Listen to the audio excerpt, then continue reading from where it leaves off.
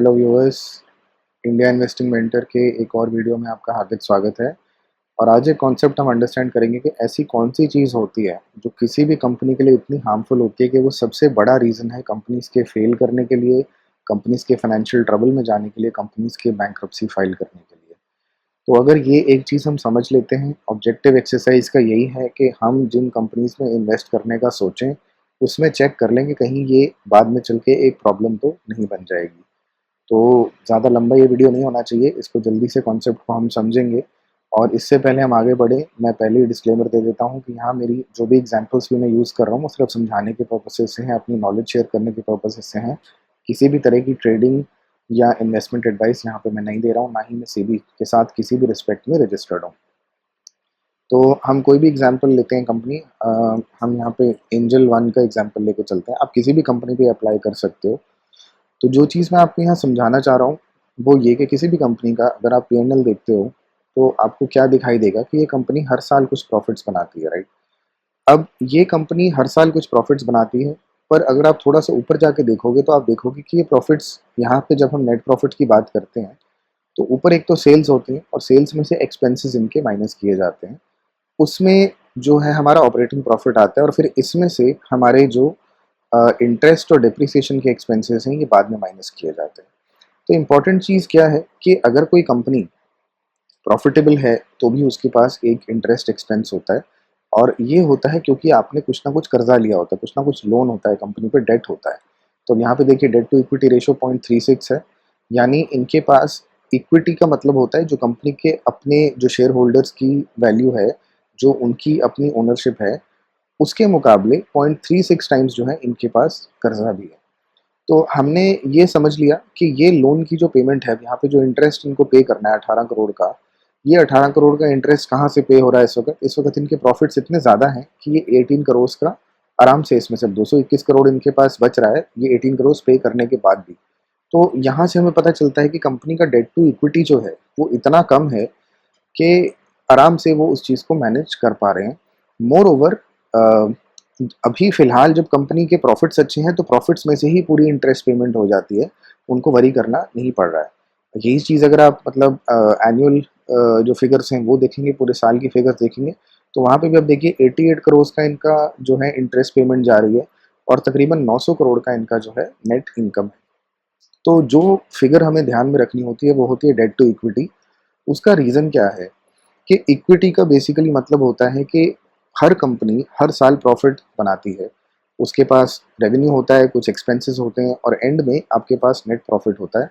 अब इस net profit में से डिविडेंड पे किया जाएगा अगर डिविडेंड पेइंग कंपनी है, और उसके बाद जो पैसा बचेगा, वो पैसा कंपनी के रिजर्व्स में ऐड होता रहता है। उसे रिटेन्ड अर्निंग्स भी कह सकते हैं, रिजर्व्स भी कह सकते हैं। पर ये शेयर होल्डर्स का पैसा होता है, जिसने भी कंपनी में इन्वेस्ट किया, और कंपनी हर साल जो है, जो फाइनल प्रॉफिट उसका बच जाता है, जिसको वो यूटिलाइज नहीं कर पाती, यानी जो डिविडेंड की फॉर्म में बांटा भी नहीं, जिससे शेयर बाय बैक भी नहीं किए, जो एंड में पैसा बच गया, उसको रिजर्व्स की फॉर्म में ऐड कर दिया जाता है। तो रिजर्व्स कंपनी के पास वो सरप्लस होते हैं जो पिछले काफ़ी सारे सालों में उन्होंने बनाए। और ये रिजर्व ज़रूरी नहीं कि कैश की फॉर्म में हो, ये कैश की फॉर्म में कुछ कंपोनेंट हो सकता है, कुछ उनकी इन्वेस्टमेंट्स की फॉर्म में हो सकते हैं, कुछ उन्होंने जो है फिक्स्ड एसेट्स में कन्वर्ट कर दिए हो सकते हैं। तो डिपेंड करता है कि किस नेचर की कंपनी है, मैन्युफैक्चरिंग कंपनी है कि फाइनेंस कंपनी है, किस तरह की है, तो उस पर डिपेंड करेगा कि रिजर्व्स जो हैं वो, यानी कि आज तक की जो रिटेन्ड अर्निंग्स हैं, उनको किस फॉर्मेट में कंपनी होल्ड कर रही है, वो एक बात की बात आ जाती है। तो इम्पॉर्टेंट चीज़ होती है देखना कि कंपनी के पास वो रिजर्व्स में से लिक्विड रिजर्व्स कितने हैं, यानी कैश की फॉर्म में कितने हैं, इन्वेस्टमेंट्स की फॉर्म में कितने हैं। क्योंकि अगर आपके पास किसी कंपनी ने किसी और कंपनी के शेयर्स खरीद रखे हैं, तो उसको इमीडिएटली वो मार्केट में बेच सकते हैं और अपना पैसे में कन्वर्ट उसको किया जा सकता है। अब ये चीज़ इंपॉर्टेंट क्यों हो जाती है? डेट टू इक्विटी एक ऐसी रेशो है जिसको बहुत क्लोजली देखना चाहिए। और डेट जो होता है या डेट टू इक्विटी जो होती है, ये लेवरेज होती है। ये जिसको कहते हैं टू एज सोर्ड की तरह होती है कि जब डेट आपने लिया होता है, लेवरेज आपने ली होती है, तो आपके प्रॉफिट्स भी मल्टीप्लाई हो जाते हैं, पर आपके लॉसेस भी मल्टीप्लाई हो जाते हैं। और लॉसेस कैसे मल्टीप्लाई होते हैं वो समझना ज़रूरी है यहाँ पे। तो वो आपको समझने के लिए ये देखना है कि जब आप लोन लेते हो, जब आप डेट लेते हो, तो ये इंटरेस्ट एक्सपेंस जो होता है आपकी पी&एल में हमेशा ऐड हो जाता है। अब प्रॉब्लम कहाँ पे आती है कि जिस कंपनी ने तो थोड़ा डेट लिया हुआ है, जैसे अब यहाँ पे देखो, इनकी 900 करोड़ की कमाई है और सिर्फ 88 करोड़ का इंटरेस्ट एक्सपेंस है। तो पहली बात तो ये अपनी कमाई से आराम से वो इंटरेस्ट पेमेंट को मीट कर पा रहे हैं। दूसरा, इनकी अगर मैं रिजर्व्स को जाके यहाँ पे देखूंगा तो यहाँ पे मुझे रिजर्व्स 2000 करोड़ की दिख रही हैं। और अगर इनको पता है कि लॉन्ग टर्म डेट है, ये डेट की हमें जो प्रिंसिपल है वो इमीडिएटली पे नहीं करना है, पर अगले 4-5 साल तक जो इंटरेस्ट पेमेंट है वो इतनी ही, मतलब 100 करोड़ से नीचे की जाएगी, तो यहाँ पे जाके ये अपनी, हम इनकी अदर एसेट्स में देख सकते हैं कि इनके पास 5500 करोड़ ऑलमोस्ट कैश इक्विवेलेंट्स पड़े हैं।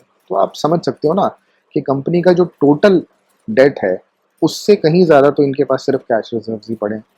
और प्लस फिलहाल जो उनकी इनकम है उससे आराम से वो डेट को मैनेज कर पा रहे हैं, तो ये कंपनी ट्रबल में नहीं जाएगी।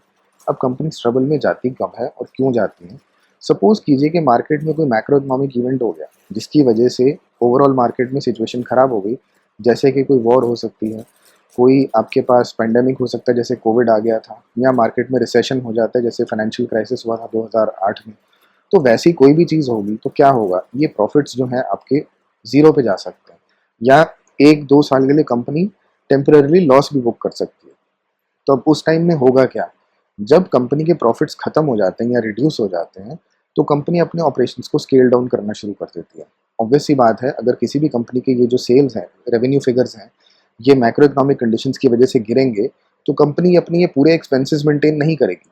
आप किसी भी सेक्टर में जाके देख लो, चाहे वो आईटी सेक्टर हो, चाहे वो बैंक्स हो, चाहे कुछ भी हो, जैसे ही कोई भी मार्केट में नेगेटिव न्यूज़ आती है, जहाँ पे उनको दिखता है कि उनके रेवेन्यूज़ कम होने वाले हैं, वो अपनी कॉस्ट को कम करने लग जाते हैं। जैसे आईटी में मेजर कॉस्ट होती है एम्प्लॉय की, जो सैलरीज़ पे की जाती हैं, तो वहाँ ले ऑफ स्टार्ट हो जाते हैं, एम्प्लॉइज़ को काम से निकाले जाना लग जाता है, और फिर जब मार्केट सही होती है तो ज़बरदस्त तरीके से हायरिंग स्टार्ट हो जाती है।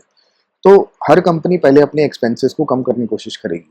पर अब आपने अगर कर्जा ले रखा है तो वो एक ऐसा एक्सपेंस होता है कि चाहे आप प्रॉफिट कमा रहे हो, चाहे आप प्रॉफिट नहीं कमा रहे हो, आपको वो पेमेंट तो करनी ही पड़ेगी। यानी यहाँ पे एग्जांपल अगर हम देखें, ये जो 88 करोड़ की 90 करोड़ की पेमेंट है, अगर ये लोन मान के चलेंगे अगले 5-10 साल इतना ही रखते हैं, तो चाहे मार्केट में ये प्रॉफिटेबल रहे, चाहे ये कंपनी प्रॉफिटेबल ना रहे, ये 80-90 करोड़ की पेमेंट तो हर साल जानी ही जानी है। और अगर ये पेमेंट नहीं कर पाते हैं तो वहाँ इनको फोर्स किया जाएगा बैंक्रप्सी फाइल करने के लिए, और वहाँ कंपनीज ट्रबल में जाती हैं। तो कहने का मेरा मतलब क्या है कि सबसे बड़ा रीज़न कंपनीज का ट्रबल में जाने का होता है लेवरेज, यानी उनका डेट का ज़्यादा होना, डेट टू इक्विटी रेशो का हाई होना। क्यों? क्योंकि आपके जो ये प्रॉफिट्स हैं, ये आपके बहुत सारे फैक्टर्स पे डिपेंडेंट हैं, यानी मार्केट कंडीशंस पे डिपेंडेंट होते हैं। पर आपकी जो एक्सपेंसेस हैं, बाकी एक्सपेंसेस आप अपने कम कर सकते हो, पर जो आपका इंटरेस्ट एक्सपेंस होता है बोरोइंग्स पे, जो आपने कर्जा ले रखा है, उसके ऊपर जो आपका इंटरेस्ट पेमेंट होती है, वो कम नहीं होती। कोई भी बैंक आपके आके ये नहीं बोलेगा कि हाँ, आपकी कमाई जो है वो ज़ीरो हो गई है, इस साल में आपका ज़ीरो प्रॉफिट है, पर आप हमारा ज़ीरो इंस्टॉलमेंट पे करो। वो बैंक्स तब भी एक्सपेक्ट करेंगे कि आप उनकी जो इंस्टॉलमेंट्स पेबल हैं, जो टाइम पे आपको पे करनी चाहिए, वो आपको करनी चाहिए। अगर आप नहीं कर पा रहे हो, आपके पास लिक्विडिटी क्रंच है, तो उस वक़्त आपको बैंक्रप्सी फाइल करने के लिए मजबूर किया जा सकता है। बहुत कंपनीज़ में बैंक्रप्सी फाइल करने की ज़रूरत भी नहीं होती, क्योंकि उनके पास एसेट्स होती हैं, जिनकी एसेट्स की वैल्यू उनके लोन अमाउंट से कहीं ज़्यादा होती है। और आपको समझना है कि रिसेशन के टाइम पे, डिस्ट्रेस के टाइम पे, अगर किसी एसेट को, सपोज़ करो आपके पास कोई ज़मीन है, आपके पास कोई प्लांट है, आप उसको बेचने को भी तैयार हो, तो उस वक़्त जब मार्केट में रिसेशन चल रहा है या ऐसी कोई मैक्रो इकोनॉमिक प्रॉब्लम चल रही है, तो सबको पता है कि आप डेस्परेट हो बेचने के लिए, आपको पैसे की ज़रूरत है, तो क्या आपको उसकी अच्छी कीमत मिलेगी? नहीं। तो आपकी जो एसेट्स हैं, वो आपको, जिसको कहते हैं ना, बहुत बड़े डिस्काउंट पे आपको सेल ऑफ करनी पड़ेंगी, आपको उसकी जो सही वैल्यू है वो आपको नहीं मिलेगी। तो अगर आपको ऐसी कंपनी से बचना है जिनमें कि ज़्यादा चांस रहता है फेल होने का, तो सबसे पहले आप किसी भी कंपनी को चेक करते वक़्त उसकी डेट टू इक्विटी रेशो को देखा करो। Again, debt to equity ratio सिर्फ किसी कंपनी का देखना ज़रूरी नहीं है, इसको सेक्टर वाइज़ देखना ज़रूरी होता है। क्योंकि अगर अब मैं फाइनेंस कंपनीज़ की बात करूँ, बैंक्स की बात करूँ, तो डेट टू इक्विटी उनका आपको 1 से ऊपर ही मिलेगा, क्योंकि उनका बिज़नेस ही यही है कि वो पैसा डिपॉज़िटर से लेते हैं और फिर आगे उसको लोन करते हैं। तो बैंक्स और एनबीएफसीज़ के केस में डेट टू इक्विटी अगर 1 से ज़्यादा है, तो वो एक बिल्कुल ही नॉर्मल चीज़ है, क्योंकि वो डिफाइन करता है कि उनका कितना प्रॉफिट आएगा। तो बैंक्स और एनबीएफसीज़ के केस में जो डिसाइडिंग फैक्टर हो जाता है कि कोई बैंक फेल होगा कि नहीं होगा, वो डेट टू इक्विटी को कंबाइन करना पड़ता है एनपीए के साथ। कि अगर किसी ने 10 गुना ज़्यादा पैसा उठा रखा है मार्केट से, अगर मतलब एक रुपया उनका अपने पास खुद का है, और उन्होंने 10 रुपये जो है डिपॉजिटर का पैसा ले रखा है, तो उनकी डेट टू इक्विटी जो है 10:1 हो गई, लेवरेज उनकी 10:1 हो गई। अगर एनपीएस उनके मैनेजेबल हैं तो फ़र्क नहीं पड़ता, ये 10 गुना पैसा बैंक कमाएगा। पर अगर एनपीएस ज़्यादा है तो फिर उतना ही नुकसान भी उनको हो सकता है। नॉन बैंक्स और नॉन एनबीएफसीज़ के केस में जैसे मैन्युफैक्चरिंग कंपनीज़ होंगी, तो मैन्युफैक्चरिंग में अलग-अलग तरह का मैन्युफैक्चरिंग होता है। कुछ कंपनीज़ ऐसी रहती हैं जिसमें कि बहुत ज़्यादा प्लांट्स की जो है कैपिटल इन्वेस्टमेंट की रिक्वायरमेंट होती है। तो वो कंपनीज़ अपना जो ग्रोथ है उसको डिले नहीं करना चाहती कि जब हम कमाएँगे तभी हम एक्सपैंड करेंगे। उनमें बहुत बार जो ये एक ज़रूरी चीज़ होती है कि वो मार्केट में कॉम्पिटिटिव रहने के लिए एक्सपैंड करें और वो डेट को लेके यानी लोन को लेके एक्सपैंड करें। तो उस केस में ये देखना बड़ा ज़रूरी होता है कि उनके पास जो इनकम है वो स्टेबल हो। यानी आप ऐसे सेक्टर में अगर देख रहे हो जहाँ आपको पता है कि इनकी इनकम जो है वो आराम से जो इनका इंस्टॉलमेंट है उससे 4-5 गुना ज़्यादा है, तो इनकम कल को गिरेगी भी, कम भी होगी। तो इतनी कम तो नहीं हो जाएगी ना कि वो इंस्टॉलमेंट बिल्कुल मैनेज ही ना कर पाएँ, 1-2 साल के लिए भी मैनेज ना कर पाएँ। तो डेट टू इक्विटी एक बहुत इंपॉर्टेंट पैरामीटर होता है और मेरी नज़र में लेवरेज, डेट और अपनी इंस्टॉलमेंट्स को ना पे कर पाना, ये सबसे बड़ा रीज़न होता है किसी भी कंपनी का फाइनेंशियल ट्रबल में जाने के लिए। क्योंकि नॉर्मली एक डेट रीस्ट्रक्चरिंग की बात भी की जाती है, उसमें होता क्या है कि आपके पास ऑलरेडी एक लोन है और वो लोन अगले 2 साल में ड्यू है और आपकी कंपनी अच्छा नहीं कर रही, तो ये कंपनीज़ क्या करती हैं, ये कहीं और से एक और हायर रेट पे लोन ले लेती हैं और पहले लोन को रीपे कर देते हैं। तो पहले वाला लोन जो आपका अभी ड्यू हो रहा था, वो तो आपने रीपे कर दिया, पर बदले में आपने करा क्या? आपने एक दूसरा लोन अपनी बुक्स पे डाल लिया, जो इस पे आप और भी ज़्यादा हाई इंटरेस्ट पे कर रहे हो और जिसने आपको लोन दिया है, वो दे भी देगा, क्यों? क्योंकि उनको हायर इंटरेस्ट रेट मिल रहा है। तो ये एक ऐसा चक्कर होता है कि अगर शॉर्ट टर्म में आपको प्रॉब्लम आ रही है तो ठीक है, पर अगर वो प्रॉब्लम लंबी होती जाएगी तो जिसको बोलते हैं ना, वो खड्डा गहरा होता जाता है। आप ये कंपनी हो या कोई इंडिविजुअल इंसान हो, दोनों के लिए तकरीबन सेम चलता है। किसी की लाइफ में भी अगर कर्जा बहुत ज़्यादा है तो वो जितनी अपनी कमाई बढ़ाता रहे उससे फ़र्क नहीं पड़ता, क्योंकि मेजर जो उसकी परसेंटेज है कमाई की वो सिंपली कर्जा उतारने में चली जाती है। तो कंपनी के साथ भी यही होता है कि जब लोन या डेट बहुत ज़्यादा लिया गया होता है और जब ये लोन लिया जाता है ना, तो एक बहुत ऑप्टिमिस्टिक फिगर होती है कि अगले 5-10 साल में तो कुछ गलत जा ही नहीं सकता, हमारी कंपनी ग्रो करती रहेगी, एक्सपैंड करती रहेगी, सेल्स बढ़ते रहेंगे, प्रॉफिट बढ़ते रहेंगे और डेट मैनेज हो जाएगा। पर मार्केट में ज़रा सा भी अगर गलत मैक्रो इकोनॉमिक इवेंट आ जाए तो ये सारी एजम्पशंस जो हैं खत्म हो जाते हैं, इनमें से कुछ भी काम नहीं करता है। तो आई होप ये अंडरस्टैंडिंग आपको क्लियर होगी। अगर कुछ डाउट्स हैं, कुछ क्लैरिफिकेशन चाहिए तो आप लिख के बता सकते हो कमेंट्स में, मैं डेफिनेटली उसको आंसर करूँगा। ये क्विक वीडियो था, जल्दी से मैं समझाना चाह रहा था कि किसी भी कंपनी को एनालाइज करते हुए डेट टू इक्विटी या लेवरेज जो होती है उसकी क्या इंपॉर्टेंस होती है। तो आपसे मिलेंगे नेक्स्ट वीडियो में। एज़ यूजुअल आपसे एक ही रिक्वेस्ट है कि जितना हो सके इस वीडियो को लाइक कीजिए, शेयर कीजिए अपने family, friends, WhatsApp, Instagram groups पे और चैनल को ग्रो करने में हेल्प कीजिए।